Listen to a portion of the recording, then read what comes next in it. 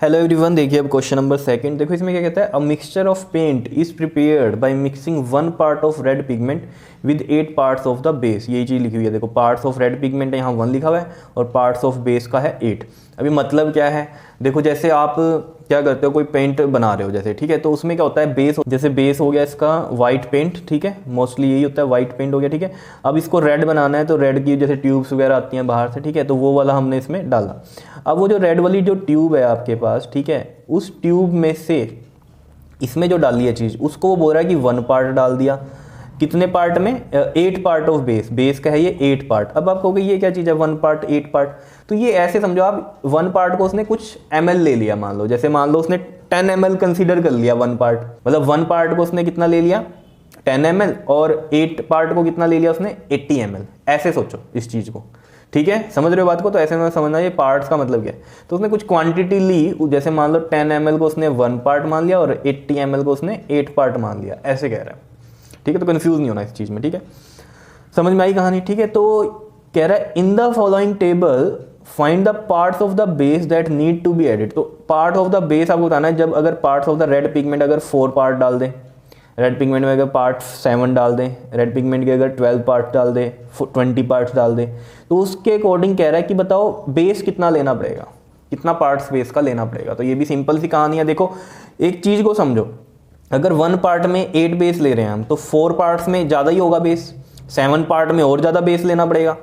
जैसे यार आप एक पानी लो, वाटर है आपके पास, ठीक है, और एक प्रोपोर्शन में इसको मीठा करना है आपको, तो आप शुगर डाल रहे हो, ठीक है। अब 1 kg शुगर आप मान लो 1 लीटर में डाल दिया है, तो 2 kg शुगर के लिए क्या करोगे, पानी तो बढ़ेगा ही ना, 2 लीटर लोगे ना, समझ रहे हो। 3 kg शुगर के लिए कितना लोगे, 3 लीटर वाटर लोगे। तो वही चीज़ यहाँ हो रही है कि ये पिगमेंट्स वाली जो ये रेड पिगमेंट वाली जो ट्यूब है, उसका 1 पार्ट में 8 पार्ट बेस यूज़ हो रहा है, समझ रहे हो। तो जैसे मैंने आपको बताया 1 पार्ट 10 ml मान लो, 8 पार्ट 80 ml मान लो, ठीक है। तो ऑब्वियस सी बात है बेस ज़्यादा है और ये जो पार्ट है रेड पिगमेंट वाला ये कम है, ठीक है। तो अब 4 पार्ट्स अगर आप कर रहे हो रेड पिगमेंट के, तो पार्ट ऑफ बेस तो बढ़ेगा ही, समझ रहे हो। जैसे 4 kg शुगर ले रहे हो, पहले 1 kg शुगर ले रहे थे, अब 4 kg शुगर ले रहे हो, तो ये चीज़ तो बढ़ेगी ना जिसमें मिला रहे हो। तो आपको ये चीज़ सोचनी है कि ये जो बेस है ये क्या होगा, अब बढ़ेगा ही, घटेगा नहीं, है बढ़ेगा, समझ रहे हो। तो यानी कि ये केस किसका है, डायरेक्ट का है। तो आपको थोड़ा सा यहाँ पर इन क्वेश्चन में सोचना पड़ेगा। जैसे क्वेश्चन नंबर फर्स्ट में था, उसमें सब कुछ क्वांटिटी दी हुई थी, तो आपने उसने कहा कि पता करो डायरेक्ट है या नहीं है, तो आपको पता था वो रेशो वाला सिस्टम। अब यहाँ तो मिसिंग है क्वांटिटीज़, तो आपको ये पता करना है पहले तो डायरेक्ट का केस होगा क्या इनडायरेक्ट का। वो वही है जो आपको मैंने बताया कि एक चीज़ इंक्रीज हो रही है तो दूसरी भी क्या होगी, इंक्रीज होगी, तो वो कौन सा है, डायरेक्ट का है। एक चीज़ डिक्रीज हो रही है तो दूसरी भी डिक्रीज होगी, तो डायरेक्ट का है, ठीक है।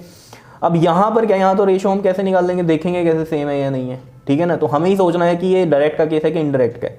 तो हमें साफ पता चल रहा है यहाँ पर कि ये पार्ट इसका बढ़ रहा है बेस वाला, तो अगर हम रेड पिगमेंट वाला पार्ट जो है बढ़ाएंगे तो बेस भी बढ़ेगा, ये तो नॉर्मल है, ठीक है। तो थोड़ा सा आपको क्या है, थोड़ा सा माइंड यूज़ करना है इन चीज़ों में कि क्या होने वाला है, ठीक है बात। तो देखो अब सॉल्यूशन में चलते हैं, बहुत ही सिंपल सी कहानी है। जैसे मान लो इसको आप x मान लो और इसको y मान लो, पार्ट्स ऑफ बेस को y मान लिया और पार्ट्स ऑफ रेड पिगमेंट को x मान लिया, ठीक है। तो ये वाला क्या हो गया, x1 हो गया, ये वाला x2 हो गया, ये x3 हो गया, ये x4 हो गया और ये क्या हो गया x5 हो गया। ऐसे ही यहाँ पर ये वाला क्या मान लो आप, ये वाला y1 हो गया, ये y2 मान लो, ये वाला y3 मान लो, ये वाला y4 मान लो और ये वाला y5 मान लो, ठीक है। अब देखो आप सोल्यूशन में जब जाओगे तो आपको मैंने बताया था कि क्या करना होता है। देखो इसमें जब हमें x2 और y2 निकालना है तो x1 अपॉन में y1 करो इक्वल टू कर दो x2 अपॉन में y2, ऐसे होंगे ये क्वेश्चन सॉल्व। तो ये 1/8 आ गया, x2 की वैल्यू है 4, तो y2 निकल जाएगा। देखो y2 इधर ले जाओ और 4 × 8 कितना हो गया आपके पास, 32 हो गया, तो यहाँ आएगा 32, ठीक है जी। एक ये आंसर आ गया आपके पास, ठीक। दूसरा अब देखो, अब जब हमें x3 y3 निकालना है तो या तो उसको x2 y2 के इक्वल कर दो या फिर x1 y1 के इक्वल करो। तो x1 y1 छोटी टर्म है तो हम इसके इक्वल कर देते हैं ताकि इजी सोल्व हो जाए हमारा, ठीक है। तो x1 y1 किसके इक्वल हो जाएगा, x3 y3 के। आप इसको यहाँ x2 y2 भी कर सकते हो, उससे भी आंसर आ जाएगा, मैं भी करके भी दिखा दूंगा, लेकिन क्वेश्चन सोल्व के लिए आप इजी वे में चलो, ठीक है। तो ये हो गया यहाँ 1/8, x3 कितना है 7 है, y3 निकालना है, y3 इधर लेकर जाओ एंड 7 8 द 56, तो ये 56 हो गया आपके पास, ठीक है। एक आंसर ये आ गया।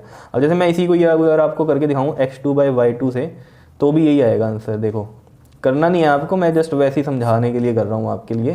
तो x2 है जैसे यहाँ पर 4 और y2 अभी हमने निकाला था कितना था 32 था, और x3 कितना है हमारे पास 7 है और y3 हमें निकालना है। तो देखो 4y3 ये हो जाएगा, क्रॉस मल्टीप्लाई करेंगे, और 32 इंटू में 7 ये हो गया, तो y3 इधर ही रहने दो, 32 इंटू में 7 अपॉन में 4, तो ये देखो 4 8 का 32 होता है एंड 7 8 का कितना होता है 56 होता है। तो देख लो यहाँ से भी यही आ रहा है आंसर, ठीक है, सिर्फ आपकी सेटिस्फेक्शन के लिए किया मैंने, ठीक है।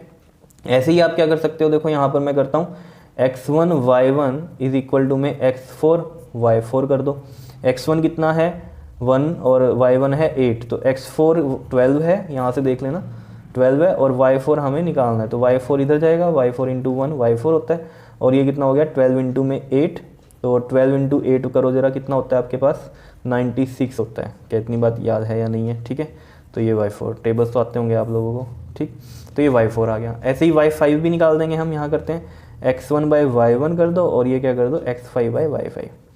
ये चीज़ें तो समझ में आ रही होंगी, मैंने बेसिक में ही बताया था, आप सब कुछ क्या होता है यहाँ इक्वल ही होती है रेशो, तो किसी को किसी के इक्वल कर दो, कोई दिक्कत नहीं है। x1 देखो अब यहाँ पर 1 है और y1 है 8, तो 1/8 हो गया ये, x5 y5, x5 है 20 और y5 हमें निकालना है, तो y5 इधर गया क्रॉस मल्टीप्लाई हो गए, और ये इधर जाएगा, तो 20 इंटू में 8 कितना हो गया ये 160 हो गया। क्या इतनी बात क्लियर है या नहीं है बताओ, ठीक है, आया समझ में। तो अब मैं यहाँ पर वैल्यूज़ को ना फिल कर सकता हूँ, देखो y2 कितना आ गया हमारे पास यहाँ 32 आ गया, और y3 कितना आया है हमारे पास 56 आ गया, और y4 कितना आया है 96 आया है, और y5 कितना आया है 160 आया है। क्या इतनी बात क्लियर है या नहीं है बताओ, ठीक है, या फिर अलग से आप एक बार टेबल बना देना, इसका कोई दिक्कत नहीं है, ठीक, दिख रहा है ना ये y5 160 आया था, तो मैंने वहाँ पर लिख दिया इस तरीके से, ठीक है। तो ये हमारे आंसर हो गए, समझ में आ रहा होगा। अब आपको जो कन्फ्यूज़न होगी वो थोड़ी थोड़ी दूर हो गई होगी आपकी, ठीक है ना। तो आगे आगे क्वेश्चन में जैसे बढ़ेंगे तो आपकी जो कन्फ्यूज़न है वो सारी दूर होती चल जाएगी, ठीक है, समझ में आया। तो ये चीज़ आपको बस ध्यान में रखनी है, बच्चे कन्फ्यूज़ की वजह से क्वेश्चन उनको आ रहा होता है, बस यहाँ कन्फ्यूज़ होते हैं ये 1 पार्ट 8 पार्ट क्या है, समझ रहे हो। तो ये चीज़ आप ऐसे समझो, कोई क्वांटिटी का उसने ले लिया कि जैसे यहाँ पर मैंने आपको बताया 10 ml 1 पार्ट ले लिया और 80 ml को 8 पार्ट बोल दिया, ठीक है ना। तो बेस में वो 8 पार्ट ले रहा है और रेड पिगमेंट में 1 पार्ट ले रहा है, ठीक है ना। तो ये चीज़ आपको समझनी है कि रेड पिगमेंट का मतलब क्या है, कोई रेड ट्यूब है जिससे कि वो बनेगी रेड, मतलब पेंट रेड बनेगा, और जो बेस है वो क्या है हमारा वाइट कलर है जैसे, तो इसका 8 पार्ट ले लिया और इसका 1 पार्ट ले लिया। जैसे एग्जांपल पे हमने 8 पार्ट को 80 ml लिया और 1 पार्ट को कितना लिया 10 ml, तो 80 ml में 10 ml मिला रहे हैं, ठीक है। ऐसे ही वो कह रहा है कि अगर 4 पार्ट हो, 4 पार्ट का मतलब यहाँ समझ ऐसे 40 ml हो, तो कितना बेस लोगे, तो ऑब्वियस ही बात है अगर आप ये ट्यूब ज़्यादा डाल रहे हो तो ये बेस भी क्या होगा, ज़्यादा लेना पड़ेगा, क्योंकि एक प्रोपोर्शन तो उसने बता दिया ना आपको कि 1 पार्ट और 8 पार्ट, तो इसी में ही रखना पड़ेगा सबको। तो वो कैसे रहेगा, वो ऑब्वियस ही बात है ये बढ़ेगी चीज़, 1 पार्ट में 8 में हो रहा है तो 4 पार्ट्स में ये चीज़ें बढ़ेंगी ना, 7 में भी बढ़ेगा, 12 में भी बढ़ रहा है और देखो 20 में भी बढ़ रहा है, तो ये चीज़ आपको समझ में आ गई होगी, ठीक है जी। तो नेक्स्ट जो क्वेश्चन है हम नेक्स्ट वीडियो में करते हैं, है इसी से रिलेटेड हो, तो आप देख लेना एक बार, क्लियर। ओके जी, थैंक यू।